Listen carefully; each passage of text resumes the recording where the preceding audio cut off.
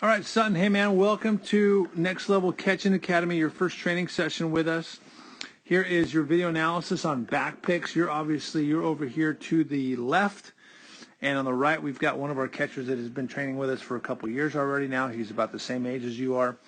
I just wanted to kind of use you side by side with him so that we can look at some really, really good things that you learn to apply in a very short time. Now, we did a couple of different drills to kind of help you get there, but I felt very pleased with this final product. Okay, now I just want to stress and remind you that you've got to continue to work on this. You've got to just try to get 10 to 15 reps on your own, because it wasn't easy. It wasn't very natural at first as we started off. Okay, I remember at first as you started kind of going, and then we could even see it a little bit on this one right here, how your upper body is slightly kind of tilted and leaning over your lower body, right? And so we addressed that a bit.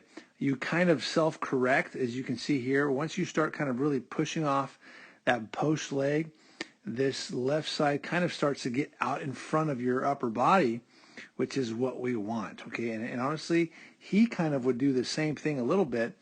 And so I think it's good to kind of use this so we can see both catchers kind of working this back pick, okay? You can see how he's also kind of leading with his shoulders and his head, just like you are. I would love to maybe highlight the importance of getting this left knee right here and utilizing that a little bit earlier to start getting that left side turned a little earlier. You can see that. Let me move the arrow.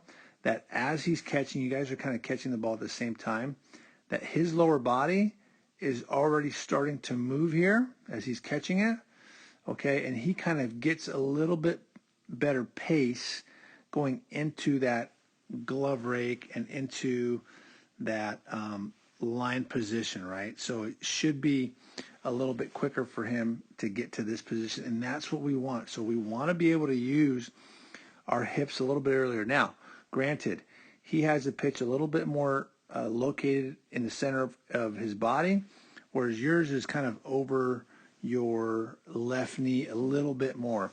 In either case, you can time that and you can go ahead and start working that left knee.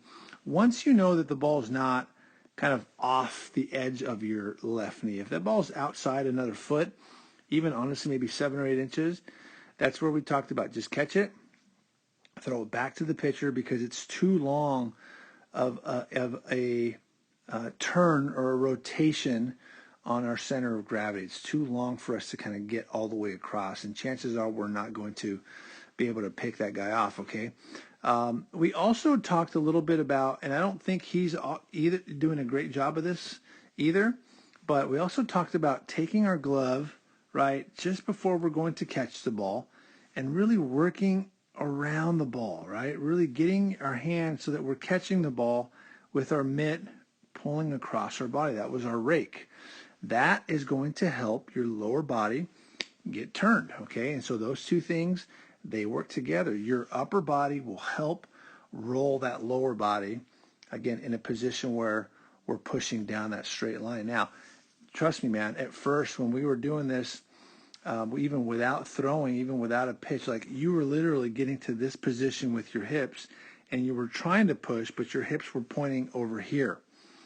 Okay, and we continued to kind of work. We continued to manipulate your lower body, and you got to a point to where, notice how nicely and how far well you get lined up on kind of that baseline. I'm kind of using that line as that baseline. Now, our catcher over here, he almost goes too far.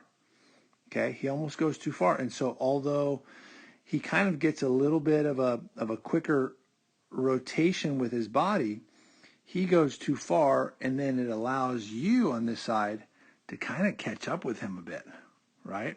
And that's efficiency right there. Okay, so he's got excess movement over here because he's going a little bit beyond that point, and he's likely going to miss into foul territory as well, which we don't want to do. All right, so in terms of the line here, again, very, very nicely done. Now, in terms of your transfer, okay, your transfer, as we're looking at it, you can see that you catch the ball here and you start to work across your body, but notice what this hand's doing, all right? This hand almost works as a safety net, and the transfer happens with your hand underneath your glove, right? Now think about the work that we did with Andy again. We did an L drill, right, where your hand was kind of up here, and we were taking this glove and we were working the glove, boom, everything kind of working up that way. Everything kind of working up that way, right above the shoulder, right above the shoulder, right above the shoulder. And so you've got to continue to work and train this throwing hand to not work below the glove. We don't want the glove to come down. We don't want the transfer to be low. We want everything to be nice and tight right above that right shoulder, because your arm's going to get out and throw from that position up there, as close as we can get to our launch position, which would be right there. Okay, so just a reminder on that one. Now, if we play this in regular speed, now that we have kind of some of those elements, you'll see that you guys both have very, very good similar throws, but one of you has a little bit more drive, a little bit more power off the backside, okay? Don't necessarily look at the amount of time that you guys are spending sliding.